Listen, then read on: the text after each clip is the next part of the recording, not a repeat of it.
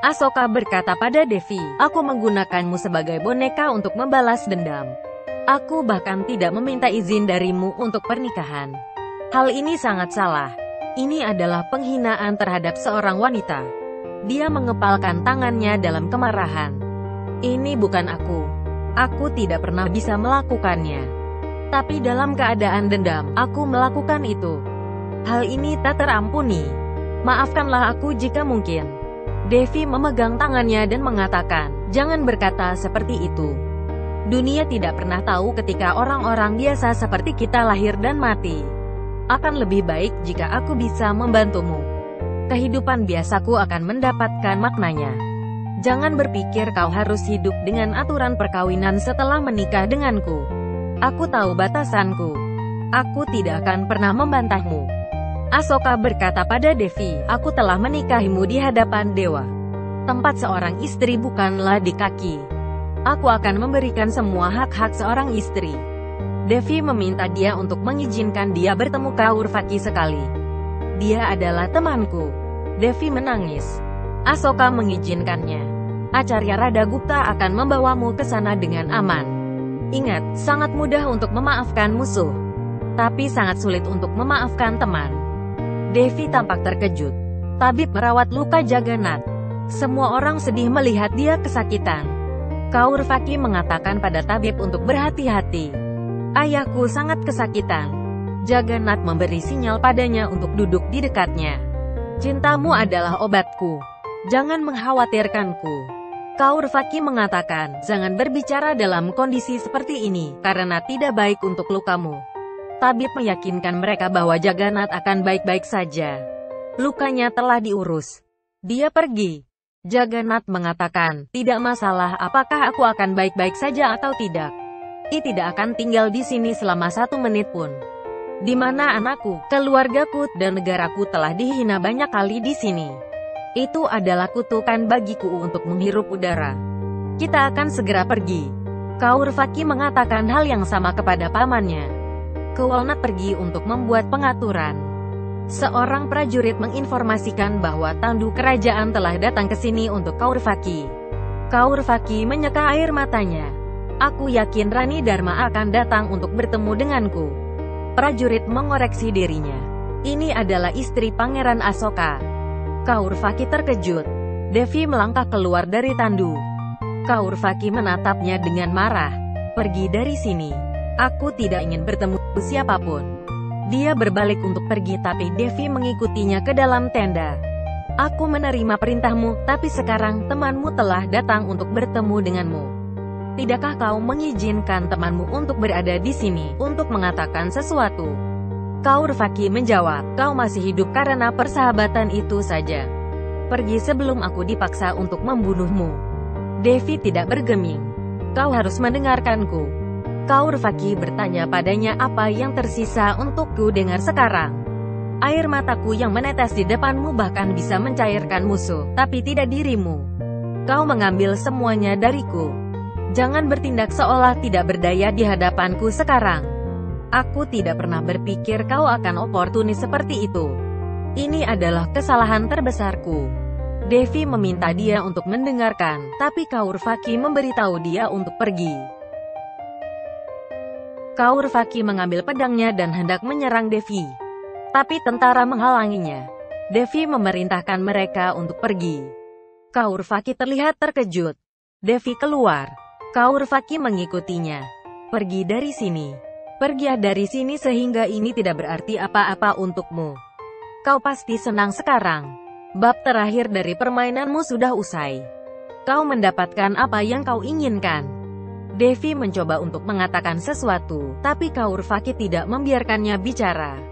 Dia berbicara buruk tentang keluarganya. Devi bertanya mengapa dia berbicara buruk tentang keluarganya. Hal ini hanya antara kita. Kaurvaki mengatakan, kau tidak mengerti kebenaran. Seperti inilah Magadha. Kami diajarkan hal ini di masa kecil. Tanah Magadha adalah oportunis. Penuh dengan semua hal yang salah.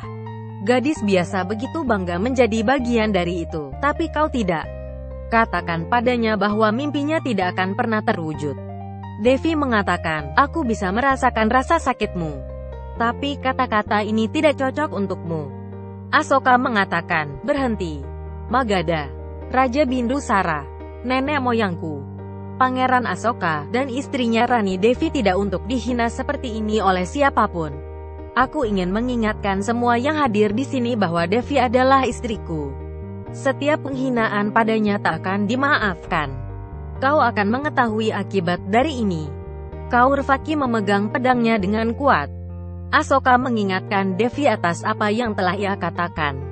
Orang yang tidak bisa memahami cinta tidak akan pernah mengerti persahabatan. Dia berkata pada Kaurvaki, kau tidak akan pernah berbahagia. Kau tidak mengerti sekarang dalam kemarahanmu. Tapi kau akan menyesal di masa depan.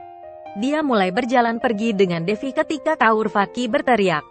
Kaurvaki mengatakan, berhentilah mencemaskan kebahagiaanku. Kita akan lihat apakah istrimu akan tetap senang dengan canda sepertimu. Devi duduk di tandunya. Jagannath tersenyum. Darah menetes dari tangan Kaurvaki. Dharma melihat Devi dan Asoka dari jendela dan tampak khawatir. Fit bertanya padanya apakah benar kakak Asoka dan Kaurvaki tidak akan pernah bersatu. Aku minta maaf.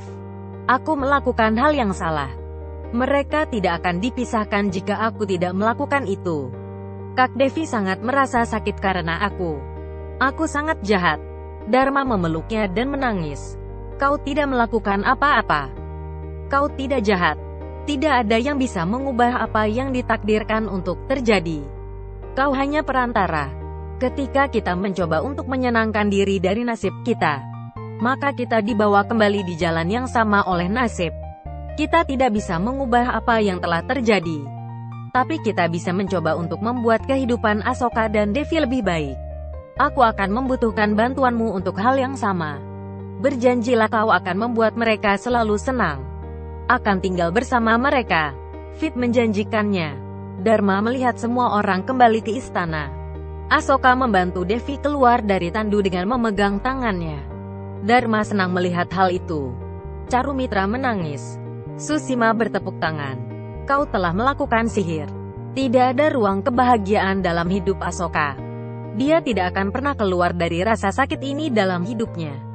Sebelum Asoka dan ayahnya membuat rencana, kita harus melarikan diri dari sini. Carumitra mengangguk. Tinggalkan ketika masih ada waktu. Susima mengatakan, akan lebih baik kalau kita pergi bersama-sama. Carumitra mencium dahinya dengan emosional. Susima bertanya apa yang terjadi. Kita harus tetap memenuhi mimpi. Aku akan menjadi raja dan kau akan menjadi permaisuri. Carumitra menyandarkan kepalanya di dadanya. Dia ingat pengorbanan yang ia diberikan untuk saat ini. Bagaimana aku mengatakannya? Aku tidak hanya memberi darahku, tetapi juga hidupku untuk tujuan ini bagimu. Carumitra melakukan ritual terakhir dengan canda. Setelah itu ia bisa menemui Susima. Berjanjilah bahwa kau akan mengurus anakku, bahkan jika aku sudah tidak lagi bisa. Canda mengangguk. Jangan berkata seperti itu. Kau akan selalu bersama kami untuk membimbingku. Carumitra memberkati dia. Dia mengatakan pada Canda untuk berganti pakaian. Bersiap-siaplah ritual milanmu. Canda tersenyum. Devi meminta Dharma untuk membebaskan dia dari ritual milan. Aku sudah mengambil 7 langkah, tapi ini tidak mungkin. Dharma menunjukkan, ini adalah langkah pertama menuju kehidupan pernikahan. Menerima kebenaran. Kau istri Asoka sekarang. Kau harus mengikuti langkah pertama untuk bergerak dalam kehidupan dengan Asoka. Devi beralasan, aku tidak bisa mengambil tempat siapapun. Dharma menjawab, kau harus membuat tempat untuk dirimu sendiri dalam hati Asoka. Devi mengatakan, Asoka tidak akan pernah berhenti mencintai Kaurvaki. Dharma memberikan saran untuk melakukannya dengan cintanya. Kaurvaki mengajarinya untuk mencintai. Kau akan mengajarinya untuk menghidupkannya. Dia membutuhkan bimbingan. Kau akan membimbingnya. Dia memanggil para pelayan untuk masuk dalam dan melakukan ritual. Devi meminta restu dirinya.